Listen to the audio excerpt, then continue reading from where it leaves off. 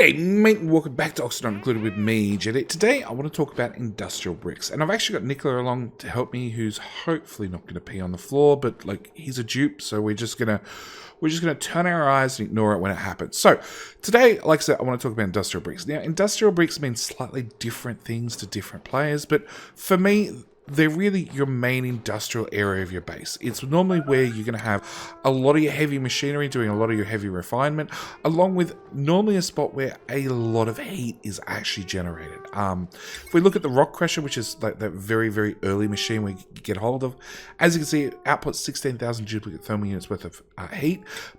But a lot of the other items put out a lot more. So we've got the kiln up at 20,000. We have the metal refinery, which puts out 16,000 into its local environment. Plus, it actually puts a lot into the cooling, in air quotes, the cooling liquid that runs through the machine. The glass forge, same story, 16,000 duplicate thermal units, plus the hot glass that actually comes out of it. The oil refinery is only 10,000 duplicate thermal units worth of heat, but it does come with a polymer press that outputs 32,000 duplicate thermal units worth of heat. And of course, you got the molecular forge that is really, really late game. Again, it puts out a lot of heat. All these are generally also fairly high power items. You know, refinery at 1.2 kilowatts, glass forge again at 1.2 kilowatts. The oil refinery and the polymer press not so much, and the kiln actually requires no power. But as I said, today I want to talk about your industrial brick, which is your main industrial area. It's where you're going to have a lot of your heavy machinery, normally with some heavy power watt cables also running around. As I said, thanks Nicola. And at the same time, you know, requires 9 times out of 10 some sort of active cooling. So I have our standard heat deletion device that is, you know, an aqua tuner running through a steam turbine, creating its own steam, you know, cooling itself down, all that sort of stuff. But today, I really, really want to talk about the metal refinery and how you can incorporate your metal refinery into, you know, your heat deletion device and everything else like that to get back some power. At the same time, we're going to take it up another notch and, you know, go through some of the options that are available for industrial bricks. So, as a metal refinery, it's a little bit special in the fact that it has some sort of cooling liquid that it runs through the system. In my case, I've actually got mine pre-equipped with crude oil. Main reason I'm using crude oil is its large thermal range, going down to minus 40 degrees and all the way up to 400 degrees before I have to worry about a phase change, really means it's a lot easier for me to deal with. I have a much larger thermal range again to deal with. On top, well, the only catch is its specific heat capacity is fairly low. So I'm going to end up putting a lot more heat into the liquid every single time it runs through a phase. Well, every single time it runs through the cycle. So I need to find somewhere to get rid of that heat. So we're going to start with gold amalgam. So as you can see, when I use gold amalgam, if I just hover over this, it's going to raise the temperature of my crude oil by 15 degrees. So we're going to set that to infinite. We're going to give Nicholas something to start with.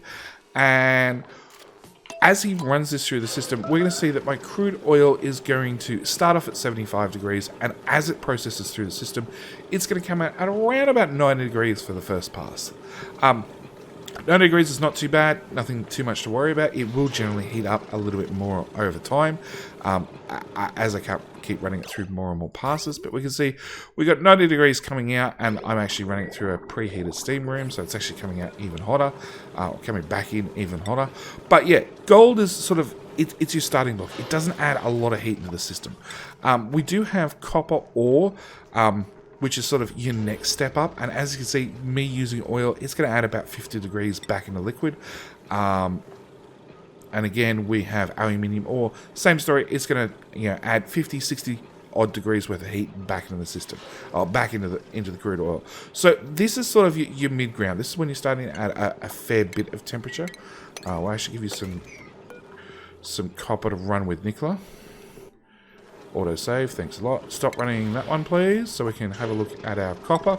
So our oil is currently 112, 113 degrees, and after it runs through a cycle, come on, Nicola, run faster. Process faster.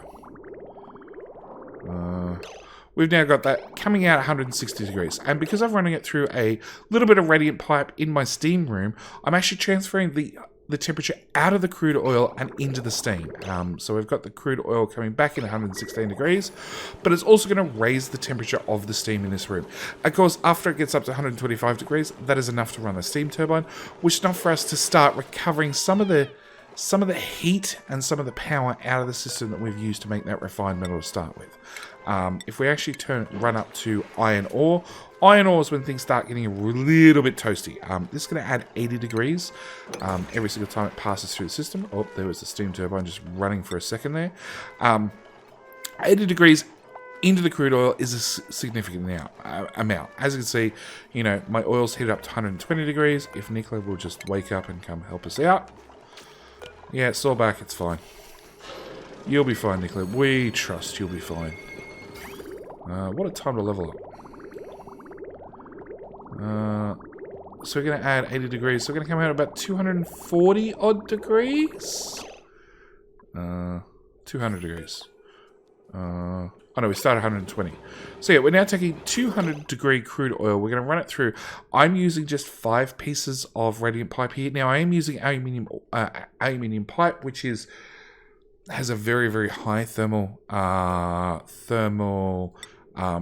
conductivity. So if you're using something that's not quite of the same standard, if you're using something like lead, which has a very, very low thermal conductivity, but it's a lot easier to get early game, just make sure you're running a longer pipe segment. Obviously 5 tiles is not going to be enough. 10, 20, it really doesn't matter how big this steam room is, as long as you can sort of get the heat out of your cooling medium and into that room as fast as possible, that's perfectly fine. But as you can see, I've gone from 200 degrees down to 125 degrees, and now we're starting to make some sort of power back out of just refining metal. Now, refining metal is something that you're going to end up doing for a majority of the game. Your standard ores are pretty useless as you continue into the game, and you start needing more and more refined goods. Your big one here is steel. So steel, as you can see, is going to add 140 degrees into the system if I start running some steel. We're just going to get rid of those two. And now Nicola have all the materials he needs to make us some steel. Steel adding 140 degrees means my crude oil, which is coming into the system at 140, is going to go all the way up to about 280 degrees. So it's going to be very, very, very warm when it runs out of the system. So as you can see, 270 odd degrees, we're going to run through those couple of bits of pipe. We're going to come back at 135 degrees, but it means I'm moving that heat into this steam. As you can see, the temperature of the steam is going to start going up, which hopefully at the same time means I'm getting even more power out of my steam turbine. As you can see, the power of the steam turbine is slowly going up higher and higher and higher.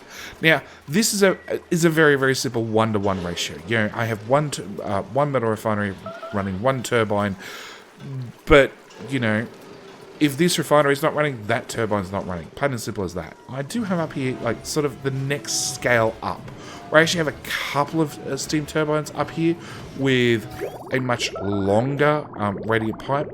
As you can see, this time I'm only using lead because I'm hoping the longer pipe will get me the result I need. And I actually have 5 refineries hooked up. Now, each of these refineries, I'm doing a couple of things here. So each of these refineries are actually hooked up to a smart storage bin. So these are maxed out at 2,000 kilos each, saying, look, I want 2,000 kilos of whatever the material is being stored in this bin. In the case of this bin, it's steel. Camille had an accident. She can just go away for a minute. This one's got iron. This one's got gold. This one's got copper.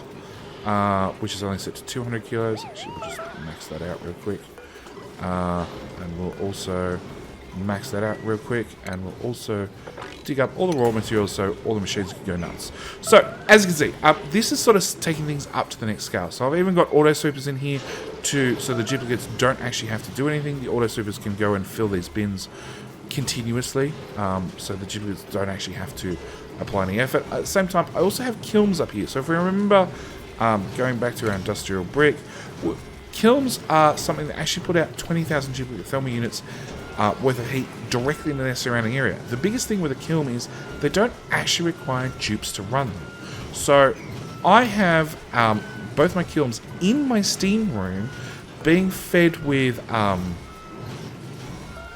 that's made out of copper ore. Oh wow. That's not going to overheat. So yeah, I have both these kilns being fed by an auto sweeper. I'm shipping in my clay and my coal, and these are just set to infinite, you know, run repeatedly. And we're shipping, if I didn't break the conveyor rails, we're just shipping the material out and dropping it straight on the floor underneath. It's a perfect little system. It also means that any heat these kilns are producing are going straight into my steam room. And as you can see from the oil, oil's coming out at 270 degrees, so quite warm. And as it passes through the steam room, it is slowly cooling down to about 127 degrees before then it leaves the room and runs through a reservoir, because I have so many metal refineries hooked up, and being looped back into the system. So, the concept really is you can take one refinery, one turbine, and apply a lot of effort into one little cooling room, or you can go up to a industrial brick. So this is the point where I have one aqua tuner that's cooling all my steam turbines. I could actually take the cooling out of there and run the cooling pipes down through my metal refineries if I wanted to keep them at a little bit more manageable temperature for my duplicates. At the same time, all that heat that I'm generating from my aqua tuner, from my metal refineries, from my kilns, hell, another item that you're probably all familiar with but that doesn't need any duplicate interaction is the Polymer Press.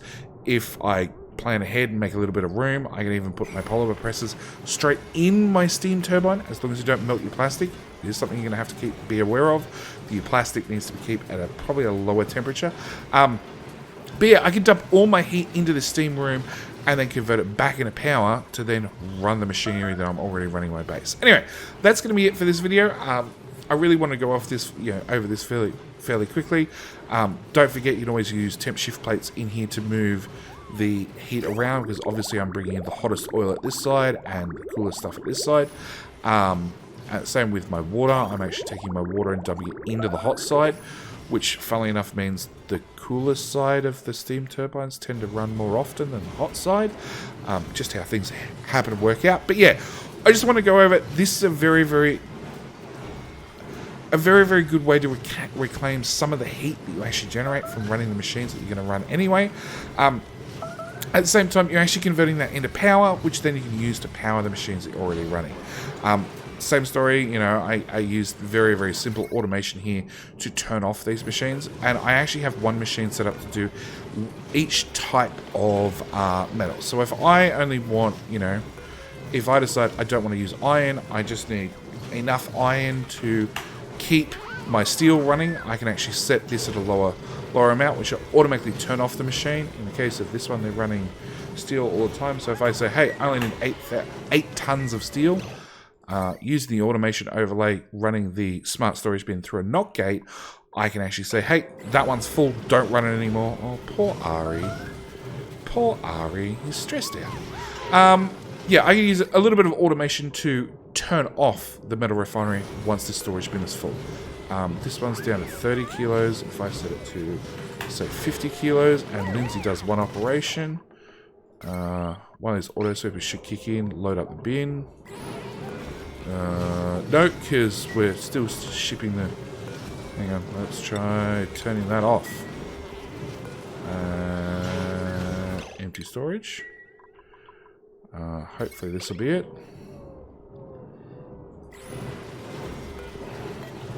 Iron. There you go, auto sweeper. Now you can reach it. Okay, so once the auto sweeper fills up the bin, as you can see, we've turned off that machine. It's done. Its storage bin is full. And you can move that down the line. If you only need 2 tons of gold, as soon as that bin is full, that machine will turn off, and so on and so forth down the line. Anyway, that's where I'm going to leave this video. Thank you guys so much for watching. Do hope you're enjoying. And also thank you to all the new supporters, all the new subscribers, and all the new patrons. I am very, very much enjoying my Let's Play with the Doomsday Preppers cult, and also welcoming all the new players into the colony. Anyway, thank you very much for watching. Do hope you enjoyed. See you guys in the next one. All right, bye.